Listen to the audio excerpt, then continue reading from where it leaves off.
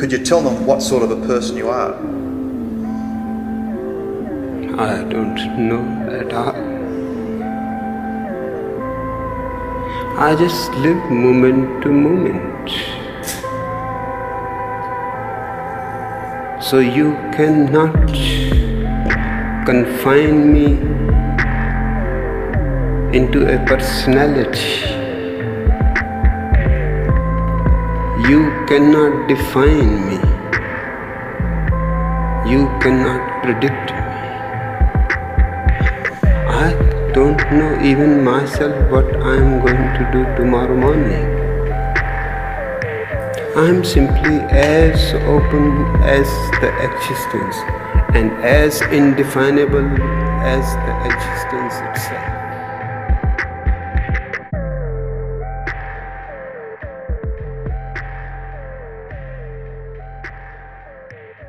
What's up, guys? Welcome back again. Goddamn, super excited about today. I have a special guest who I'm really excited for you guys to get to know a little bit, and for myself even to find out a little bit more than maybe I already do. So today's guest, this is Mel, or as my son affectionately refers to her, Auntie Meal, because she's also my child's aunt. Yeah. Like, just by a state of coincidence, you happen to be here today, and Yes. my child's aunt. So this is your first goddamn podcast. And just so you know, the way that I kind of like to do this is let you kind of introduce yourself, talk a little bit about, you know, who you are and what you do, and I'll throw out what I've kind of come to notice. Okay. And then we can just have fun and get into it. Let's go. So, Mel, who are you? Who am I? Mel, there's so many facets of who I am, which has been the great part of the journey of self-exploration. Yeah. From just quick surface glance, I'm an artist. I'm a mother of 3 amazing humans, and I've been a mother for 25 years, and it's been a great journey. I've had a mother's heart my whole entire life, being a big sister. I am a performing artist. I own a wonderful performing arts center called On Point here in Eaton, Colorado. Love serving the community. I'm a seeker, and I'm here on this journey. I'm a spiritual being living in this human existence, and I'm excited to be here. That's who I am. Yeah. Well, thank you for Yeah. being here. Yeah. I know I had to open it with a really tough question. Yeah. Because who are you? Like, Yeah. that's not the easiest Yeah. one to answer, but Yeah. I do appreciate that. And to fill in a little bit, or at least offer my take on really why I have you here, there's not a lot of criteria for me to have somebody on this. The main thing is that I have to look up to them, because I want to learn something. I'm here for, the viewers, but I'm also here for myself. Sure. Because Yeah. I am, just like you, I'm a seeker. I want to seek insight and understanding into things that I don't have it all, I don't have it all figured out. I know that.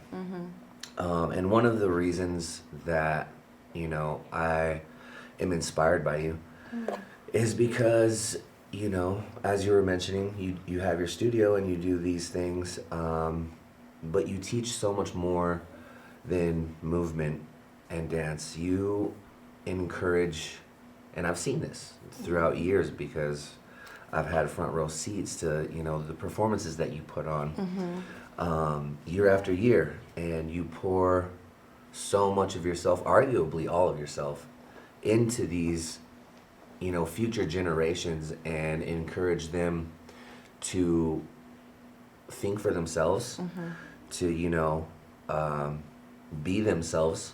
And I think that's really important. Yeah. I think nowadays, especially with children, we get so caught up pushing our worldviews onto them that they don't really have a chance to do that. And that's what I love so much about you, is that you're always encouraging them to think for themselves, and I think that's great. Oh, good. And that's just one of the main reasons that, you know, I look up to you and would like to have you on this episode and kind of, you know, figure out if we can, right? How did we get here? How did we get to that point? Yeah. What happened to you in your life that inspired you to have that kind of characteristic and that mindset? Yeah, yeah. And that's one. B would also be spiritually. I know just a little bit from what I've been told, but we've never really gotten to conversation at depth about it. Yeah. Your spiritual experiences and your, you know, overall take and you know, Sure. view on all that. So I'm really excited for myself to get into that, but Yeah, we'll get into yeah. that later. So Okay. starting off, Mel, I'll go back to what I was saying. What do you think it is, you know, what drives you to offer that, you know, choice to these children and put so much of your life into raising these, you know, future generations the way that you do? I see people from this perspective of the heart of a child. I very much so, being raised in a very conservative Christian household, I was able to see a lot of the religious background of belief and understand from an organization, from the church perspective, what the attraction is, what the draw is to that. And one thing that I took from so much of the biblical training from my youth was entering that concept of the kingdom of God, whatever that may be, which we're all looking for, but entering that with the heart of a child, and as a child, with the mind and the openness and the purity of that infancy, that just coming into the world. That to me has been one of the main elements that draws me and passionately drives me to live my life.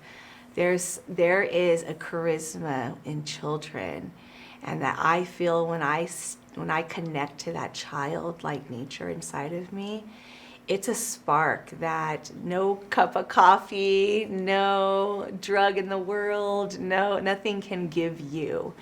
And at least for me, I feel that. And when I'm in that space, it's a bubble, and it feels so floaty and so right, even when everything could be potentially going wrong. An infant doesn't know what's happening in the world. When they're in this space of their mother's arm or that person's arms, that connected, that safety zone, everything's just right. How do I maintain that? How do I find that? To me, it's the secret is the heart of a child. Being excited for the day, being excited for the most mundane things, the rocks. Kids are excited for the dandelion, for the butterfly, for the crack on the surface of the rock or on the sidewalk. Everything attracts Ultimately them. present. It's everything. And it's even sometimes the things that we don't want them to see. It's the one thread in your sweater that they keep picking at, and then before you know it, it's a hole. But they'll find those details, and they look for the little things. It's the little things that they completely entrance themselves with. And that's what meditation is. Like, we try so hard, I'm going to go into meditation. And really all it is just being so present in the moment. Even whether that moment's a stick or a rock or a car or nothing. Yeah. It's everything. That right there that's that childhood nature. That's the thing, that's the ticket, that's the token, that's the key that gets me into pure potentiality. Everything's just possible. So that's a very magical space to be. Yeah. I feel that. Powerful driving force to get that connection for yourself. Yep. And that meditative state, if I Yep. could say that, It is. would that be okay for me to say? Yeah. To be able to connect and almost go back. Yep. You know, that's Yep. amazing, and you could definitely see it in Yeah. you when you're working with these kids. You kind of you kind of embody that spirit of presence, and it's Thank you. I think people really honestly spend a lot of their life searching for how to do that, how to get that. Because we all have that. We've all, in this point of childhood, there's a space in time between like 0 to 5. There was a sweet spot. There's a golden moment. There's that core memory, that ting, and we all have that connection. That thread is always hanging around us. We just forget, we're in the dark, so trying to find that in the dark. And it's that moment of holding on to it. So you can be in control of turning it off and on, but not letting go of it. And so we get so wrapped up in the expectation of growing. And I think we're starting to lose it sooner. In the past, we have been losing it at a younger age. And that's been my goal, my mission, is to raise that age up to where we can be in 50s and our 60s and still connect to that light again, that thing that makes us spark, that zing inside of us. And sometimes we just need that a breath of that to get through the light, or to get through a difficult conversation, or to process an emotion, or whatever this hard, challenging thing might be. Get through the interview. Even audition or put yourself into the position to say, I think I can do it because I got that zing. I remember there was potentiality somewhere. And when we can remember that, I think that's where our courage lies, in that. And once we can flick that and pull that string, not only does courage illuminate, but so does motivation, and so does clarity, and so does insight. And self-awareness then starts to grow in all of this. And when you have all of those elements, then that's when you can see who you really are, right? And in this world, authenticity right now is my number one thing. We are so much like, what is it that's going to get us? Manifestation, that's what's going to get us there. And yeah, that was one paradigm, one little of this 360 degrees. The manifestation was part of it, and then like The Secret helped us to start the law of attraction that helped us connect back to manifestation. So I feel like the last 10 years, society and our awareness has been slowly unveiling, unfolding the onion like drifting thing. away from that authenticity is what you're saying. Yeah, and I think that right now I see that because we drifted so far away from it, because we lost that zing so soon in our lives, and like 10, 11 years old. I have recently been seeing them at 6 and 7 years old, they lose it. Just, where was it? I just saw you last year and now it's gone and you're in 2nd grade. Yeah. How is this happening? So for my thing is authenticity, and that's allowing us to have space to push back the boundaries of expectation and say what you need to be. There is an innate knowing of who we are when we come in, and if we are just given the space to just be who we are, then I think we come into that awareness on our own. And if we're given the opportunities to just explore and play, don't stop playing. Don't stop playing. That needs to be like our bumper sticker, because that's what brings us back to Right. right. I keep thinking about that. Light. That was such a good way to illustrate that. Yeah. And we find that when we're playing, it's harder to find the light when we're stressed. But when we make a game of it, just a spoonful of sugar, right? Mary Poppins. Right. My family calls me Melly Poppins, but there's something in that. You put just a little bit of sugar and it will help. And it's not a way of disassociating. And we, for a long time, we got off track what it meant to have that spoonful of sugar, and we thought it had to be denial and disassociation. And that was we swung so opposite the end of the spectrum. But a fun swing doesn't just stay up there, right? Right. It has to have the like low that elevated seat. and the high, and it feels so good to have that sensation of that drop. And the drop is the scary part. Right. And this part is also the scary part, that moment of suspense, because then you don't know where you're going to go sometimes. Yeah. It's exciting. It's exhilarating. It is. Yeah. If you allow yourself to just know that you're cradled, you're held, no matter what, just like that infancy state, I'm taken care of. Yeah. And that's the hard thing, because we forget that Mother Nature, that Father, that concept of then there comes God. Because then we get so into this ideology of now I'm growing up, now I need to be an individual, but we forgot that we are never individual. We're all part of a collective, and you wouldn't be here without another human. And so then that's where we start to then feel lost, because we feel the disconnect. And that's where I think where the concept of sin comes in, because we feel disconnected, and then we start to feel guilt because we're not connected again. Yeah, shame. Then the shame comes in, and then that's where the low density starts to separate us from. And we forget, we let go. And it's not that it's not dangling above us, it's there, but we just let go, and then we forget we're in the dark, and we just sit and allow us to get lost. Yeah. We forget even what we look like, because what does this look like if you're in the dark? You don't even know. It kind of goes back to the Plato thing, where people are in the cave, they only see the shadows. Right.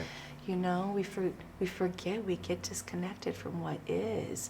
We get connected from what the entity of God, and to me, God is collective. We get disconnected when we start thinking me, myself, and I. When we start thinking you are you and I am I, and what I do is not going to affect you, so it's all about me and my paper chase and how I'm going to get mine. Yeah. And then we start getting confused, and then we don't realize that we're hurting each other to help ourselves, but in order to help ourselves, we need to help each other, because you are me and I am you. We are we. That comes back to the collective, and that is God.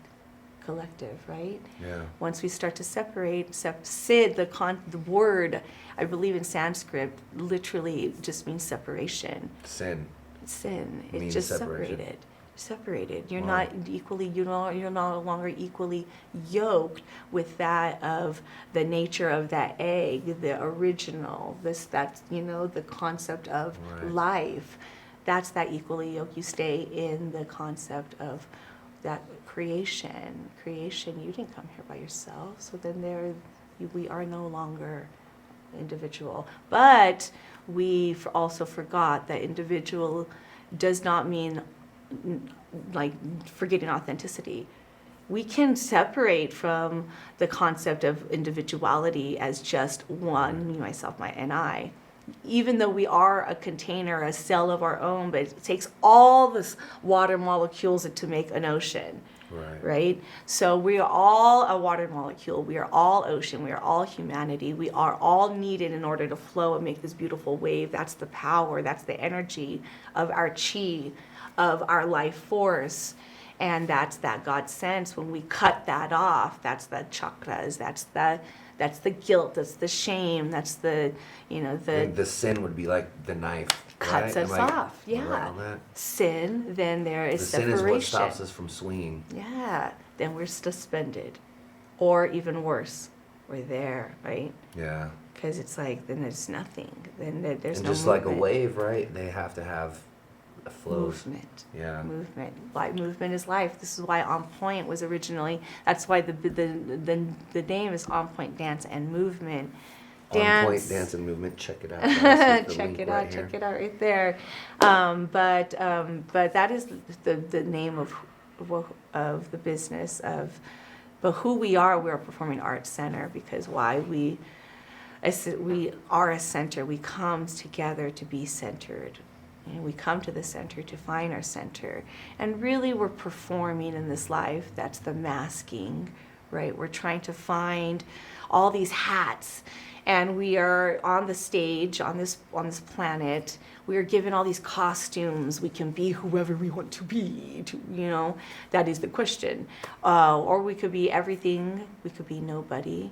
And when we get to the point where we realize we are everybody and nobody, then the connection, the equally yoked, comes back. Then we feel good. We feel good, right? We feel whole, because we are back in harmony. And it's nice because we can oscillate between everything. And that's what I love about the theater world. Who do you need to be in order to get through this moment? What's going to be the thing that's going to help you find that light again? For some people, we need to have like that hero feel. That today I need to feed that hero in me. And I think that's the concept of all of the archetypes. Why we're so drawn to all of these different concepts, in life, because that's the paradigm of all of the things that we are, right?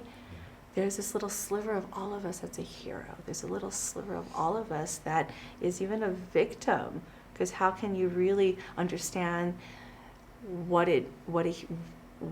is needed when a hero is needed if somebody doesn't recognize that there's a victim? Exactly. Yeah. How are you ever going to go out and reach for somebody if you don't even know they need help? So there needs to be that understanding of, oh, I'm connected to you. You need me. I'm here to help you. When we are in connection with that, then we feel in connection with God. And I think that's why the movies, the Marvel, and all of these stories, they appeal to us so much, because we are all of these natures. And I think that we so much want to say that we are one, but we're not. We are both masculine and feminine. We're all of it, and that's that divinity, being able to be at one with the wholeness of all of who we are, because God is all, and so then this are we. Yeah. Kind of in the spirit too of individuality and originality. I mean, if any of us were all one thing, then that would diminish. It would, individuality in its own sense, right? So many shades, so many life is so prismatic, and how amazing! Like if we were to, even for a moment, from a humorous standpoint, in our microscopic knowing, to think from the God sense, the Godhead sense, like to have pure potentiality at your fingers, like that is amazing. And we're getting to that point where we can pull up our device and we can type in anything we want. It's right there in front of us. That is, to me, the concept of God right there. I want it. There's an Austin that's going to be created, and you can manifest this idea of an extension of expression of who I am. You're an extension of an expression of God, as am I, and we're all just different extensions of the same Creator. It's just a really fascinating thing. And we're all just seeing it from our own little prismatic, place, because we can all be in this exact same space, but not see things from the same perspective. Yeah. Right? So what we were talking about earlier, perspective is everything. Because it's our truth. Yeah, and it varies and changes from person to person, and even within us. Yeah, and momentarily. And I love even how we can have so many paradigms within ourselves at once. Like you can hear a concept or a notion of something and you can agree with it, but then strongly disagree with it, but then yet have this other side of you that's curious to take the back door route and kind of like play with the idea a little bit. And it's a safe ground to kind of play in your mind with notions to a certain degree.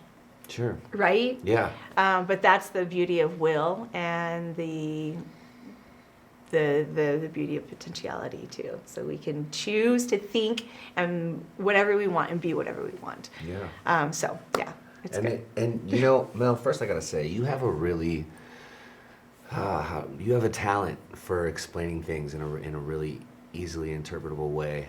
You paint a picture with your words, and I really appreciate that. Oh, thank you. It makes this easier for me, because sometimes I have to come in and help do that, but you have such a talent for doing that. Thank you.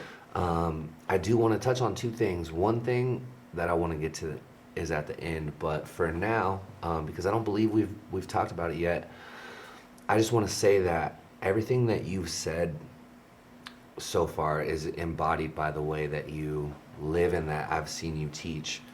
Like we were saying, about kids coming to this studio and having a safe place to be themselves, and it's not a competition, it's a space for them to learn and grow, right? And that's why I wanted to bring up Healing Hearts Through Arts, which I'm not 100% sure if that's like a subsector or if that's something, that's like your motto, or it's my personal motto. Okay. And it's really just been the forefront of what art has been to me in my life, because it's been my drug.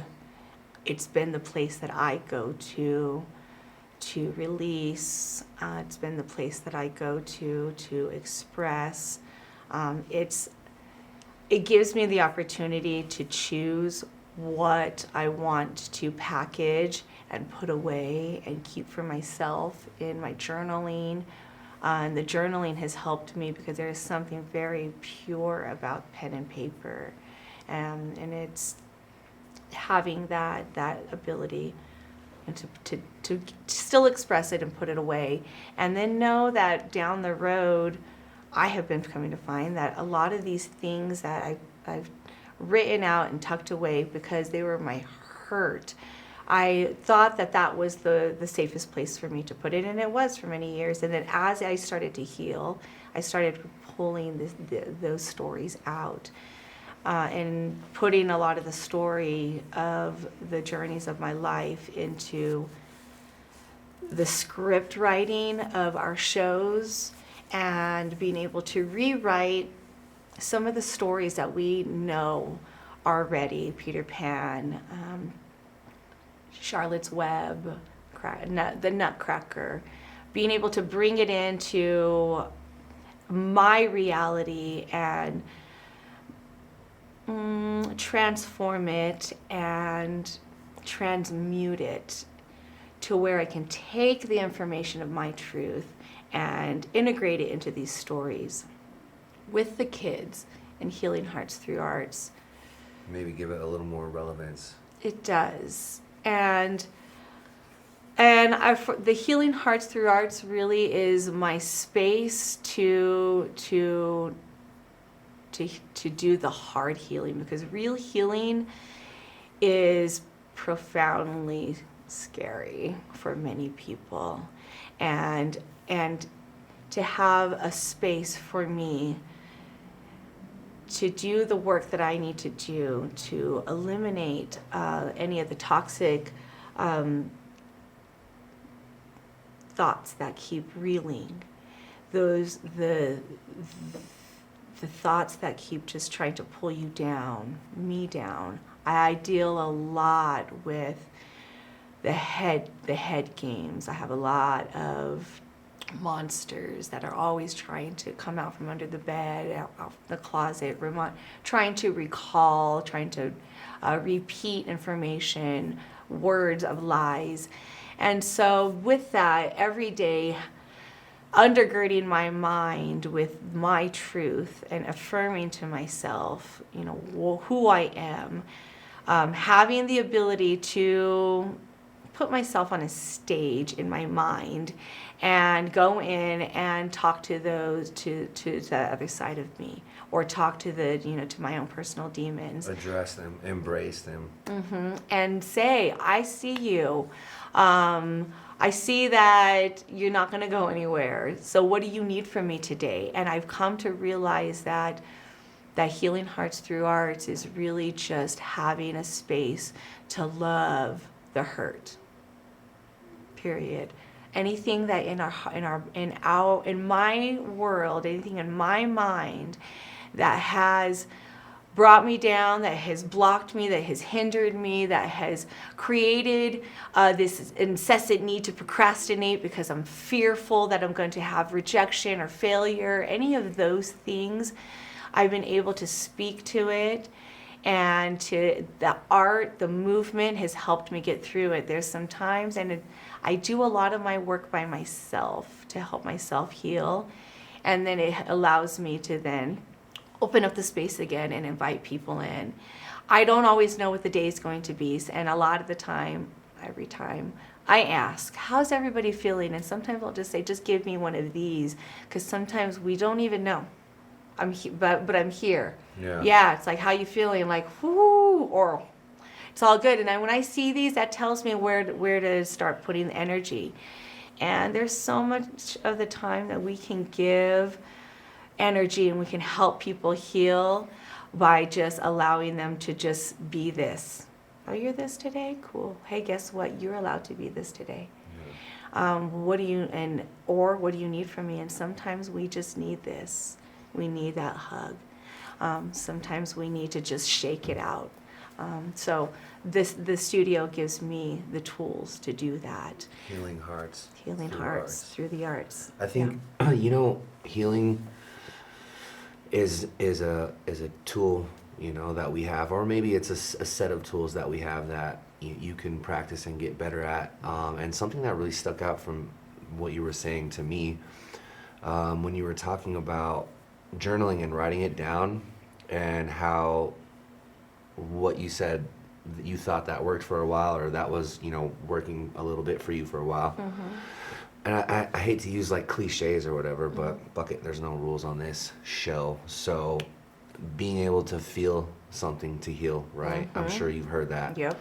I kind of got that out of I imagine you taking those journals back out, because you had basically compartmentalized all these demons, as it were, and put them away, but you can't necessarily do that, right?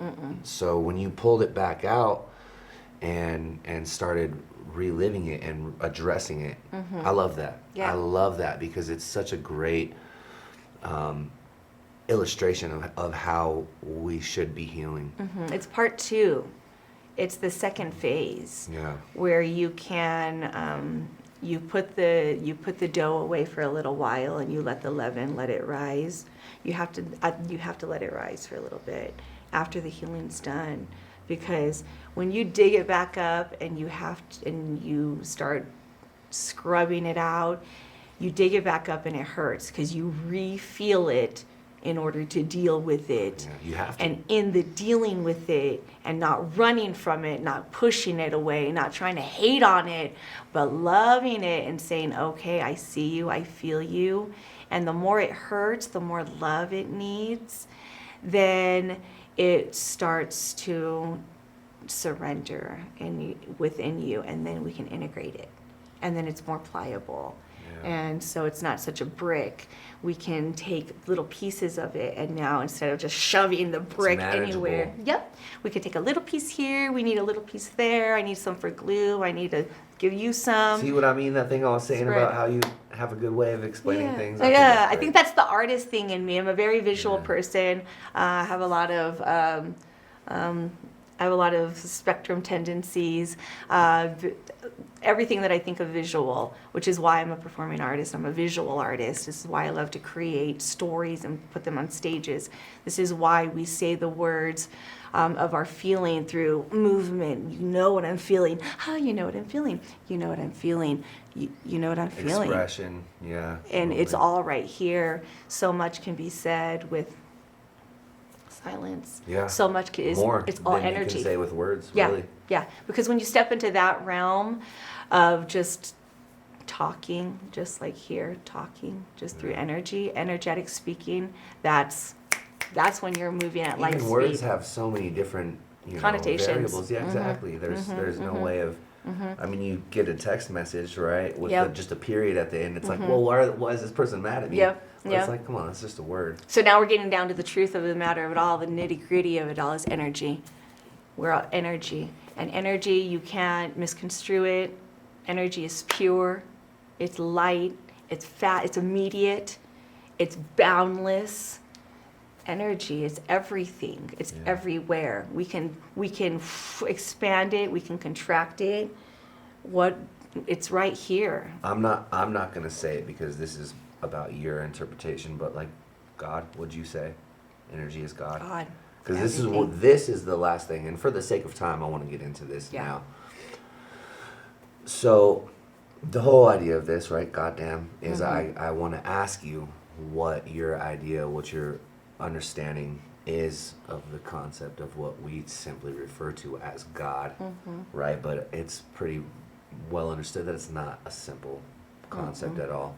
And you've done a good job today of kind of, alluding to some of your beliefs around that. But what I want to know is, how did the girl that grew up in that really biblical, really holy church structured household evolve into where you're at with your understanding now? And what is that? It was a 20 to 30 year process, and I do remember there was a moment that shattered everything within me. My very significant other of 20 plus years introduced me to Zeitgeist back in 20 or 2009. And this is during you're still going to church at this point, I had much actually Christian. I walked away from Okay. the concept of church, So there's religious doubt. organization. Now there's been doubt. I was questioning Jesus Christ. Sure. I was like, why are we worshiping this concept of Jesus Christ? That could be a whole nother episode. But And then while you're in this state, boom, Zeitgeist. yes. And I was already Another one. questioning it, Yeah. and it just shattered everything. So here I was left with all these pieces, all of this fluid of information of belief was just leaking everywhere, and I didn't know how And to preserve uprooted it. everything you grew up Everything. thinking. Yeah. And then I was looking at everybody around me going, I question all of y'all now because I'm not sure what's up. What is even real? But then at the same time, there were some very significant key people who were deeply spiritual, even in the religious. They're very evangelical on a worldwide level, and they were very influential in giving me the liberty to ask questions. Because in a very tight biblical structure, you don't ask questions It's because discouraged. don't you be, Very frowned upon. yeah. And it was a very questioning kind of individual. I wanted Which is to the know. complete opposite of your style. Completely, yeah. And so because of that, I think that's why I'm still a seeker. I question everything, and try not to be too skeptical about everything. Sure. But yet, keep an open mind, right? But then there's also, it was discernment. It was getting to this point where I was able to connect with my level of discernment, and it was allowing, in that shattered state, me to go back to that childhood openness. Like, well, I'm shattered, so now let's just be as open as we can and just take it all in. And that was the point where I just started grabbing books and just allowing the Spirit to guide me. And you can feel when you're led to something versus just, Being like pushed to it. Exactly. Yeah. Okay. And so it was amazing because for me, literature, books are my thing, which is why I think in very picturesque Visual form. terms, yeah. I was very much a book nerd growing up. But I still have this thing with books where I will hear a title or I'll feel a book literally calling me and just go grab it, pull it out, and there's just happens to be a message. So being able to oscillate in the spirit realm like that was always part of this religious structure, But yet it was very biblical, so it still felt confined. Yeah. And so it's like a bird trying to fly with, half a. What is this? Why do I feel like this? And so I had walked away from it all, and I started kind of putting pieces back together. I actually came back to the church and to the old concept of religious organization. And then I had my final blow in the ring with a few pastors. And they really opened up this awareness to me of the amount of, needless I say, control that was behind the structure of that. So you already had prepared yourself with some questions, and you came back with, veritably open mind, and you gave it a second like, chance. I'll give this another try. But this time you weren't blindfolded. You had that bitch off, and you were like, okay, this doesn't make sense to me. Yep. Can you help me? Yep. And you were met with the whole idea Yep. that we don't talk, we don't ask that. Yes, exactly. And Exactly. That's when you were like, okay, not for me. Yes, and I Okay. started to walk away, and I was very, very open.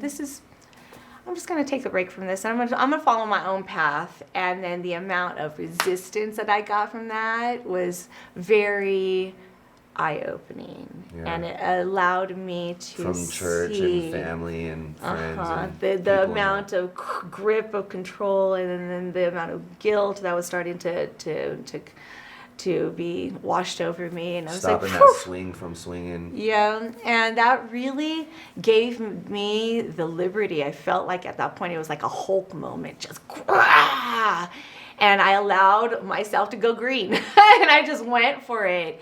And at that point, it was no holds bars, and I just went completely into myself. And I spent the last 10 years connecting with God within me, within the space of that quiet realm. I now have a closer understanding of oscillating in the spirit realm, not having the resistance, the ebb and flow, the going with the connection, the cradledness, the knowing that I'm loved, that I'm cared for, the knowing that everything's always working out for me, no matter what. I'm in the right place at the right time for the right reasons, for the right people, with the right heart. And the right words are flowing out of me because they're not my words, but they're that of the greater source, and they're coming through at this moment for you. And sometimes it's just for me, and I need to hear it from third party. And here in my old realm, had I not allowed the surrender of I'm just going to be and releasing ego, then it would be like, I'm saying this to you. And then it alters the whole flow back to the energy. And then I'm giving you a little, putting a little water in your drink, watering it down. And we don't want that. You want the pure, right? Yeah. So in order for that to happen, we have to stay pure. And that's a whole nother episode as well, finding purity within ourselves on a daily basis, because it's so abstract. We're talking about a lot of abstract things, and there are. It's an abstract concept. We can't really. But we're trying to make it tangible. How do we now take this and drink of the cup? And it is drinkable, and it can quench your thirst, and it's okay to have this insatious thirst for knowledge, because I think that's what we're here for, because there's so much knowledge to be had, and that's going to help expand the collective. And ultimately, isn't that what God wants, is expansion and expression? I mean, why wouldn't we want our seed to expand to its greatest potential? So, Absolutely. Yeah, that's what we hope for each other. I'm so happy to see you doing that, following this journey. I'm seeing you change in the process immensely. Thank you. It makes a huge difference. It's true. Just like you said, flicking that light on. I mean, Yep.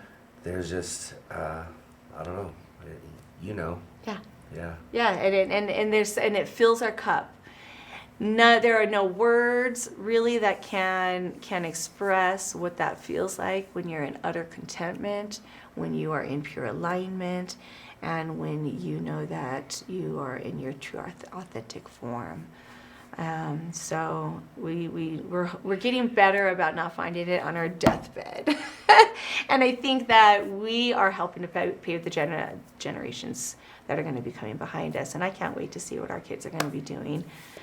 Because from the spiritual structure, they're going to be living in such a harmonious space. And I believe that, I know that with all of my heart. And we are in this artistic renaissance right now and this grand awakening. So I'm excited for it. I'm glad to be a part of it. And Me too. Encourage everybody. I'm so glad you came here today. Yeah, thank you. I think you have so many great things, and like I said before we started rolling, really, if one person can watch this and be like, "Damn, like that's profound." Yeah. That I'm gonna teach my kids that someday, and they're gonna teach their kids that someday. Like that's everything. Yeah. That's It's everything. that ripple effect. One person, we matter. That one person matters, and it's good stuff. So yeah.